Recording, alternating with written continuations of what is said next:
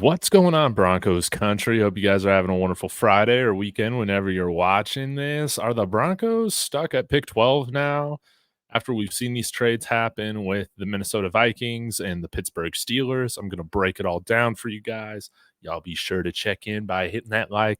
And of course, let me know your thoughts in the comments with this ever changing NFL landscape with these trades going on as we get ready for the NFL draft coming up here soon.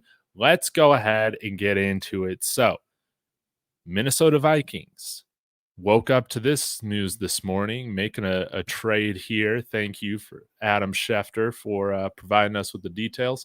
Vikings get a second first-round pick. So they receive pick 23 and 232 in exchange for 42, 188, and a 2025 second-round pick. So now a lot of people are starting to theorize that the Minnesota Vikings are moving up to pick number 3 or maybe pick number 4 to go get their guy. I would imagine there is a desire from them to go up and get Drake Maye with the New England Patriots, getting pick 3.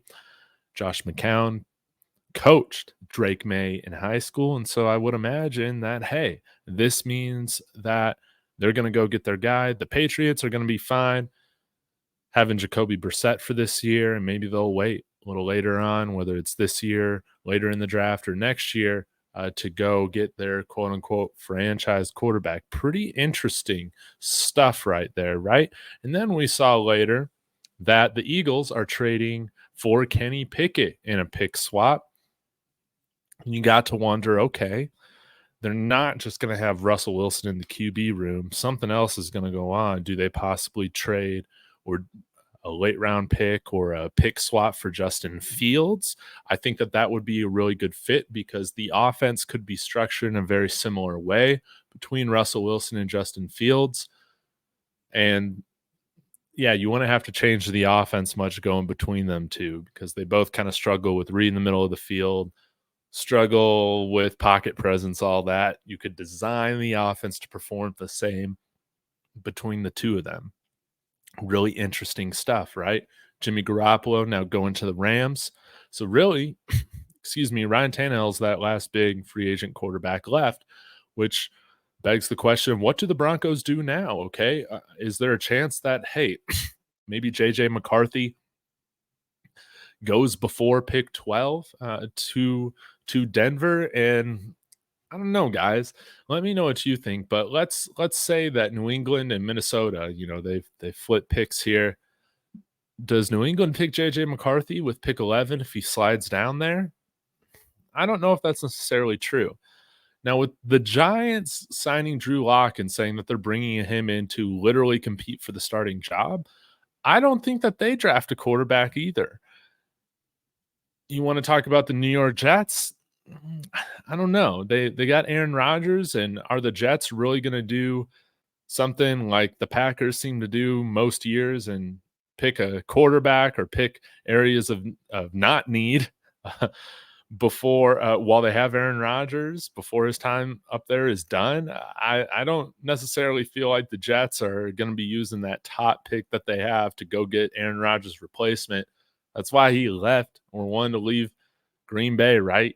I'm assuming he doesn't want that same or is expecting that same type of treatment. And with guys like Nathaniel Hackett there and stuff like that, I doubt that that's going to be something that happens in New York. So I think that there could be a pretty decent possibility that you would see the fourth quarterback of the draft slide all the way down to 11 or 12, depending on if New England picks JJ right there or not. I don't know if we necessarily need to trade up for him if New England's now one of those teams saying, you know what, we're not getting Jane Daniels, we're not getting Caleb Williams, I don't want these guys, okay? But I think we do need to keep our eye on Las Vegas, okay? Keep our eye on Las Vegas. Gardner Minshew is there, of course, but they could definitely go up and get their guy if J.J. McCarthy's their guy. But I just have the feeling that J.J. McCarthy really isn't their guy. What do y'all think? So this leaves Denver at pick 12. We could go with J.J. McCarthy or Bo Nix, right? Now, I have brought up the idea of, hey, if we're going to draft Bo Nix, let's go ahead and trade down. This is where things get a little tricky because Pittsburgh is right there at pick 20. You can't really trade down too much if they are a Bo Nix guy or a Michael Penix guy. Or I don't think Spencer Rattler is going to find his way into the first round, but let's just say, for lack of argument, that Spencer Rattler is part of the equation, right? You can't really trade back close to 20. You can't really trade back far, or else you leave the option of, if Pittsburgh doesn't have Justin Fields, whatever, they could trade up and then go get their guy. So that is kind of interesting. I feel like we're kind of stuck right now in these middle picks until we figure out if Pittsburgh ends up trading for somebody like Justin Fields or bringing somebody else in.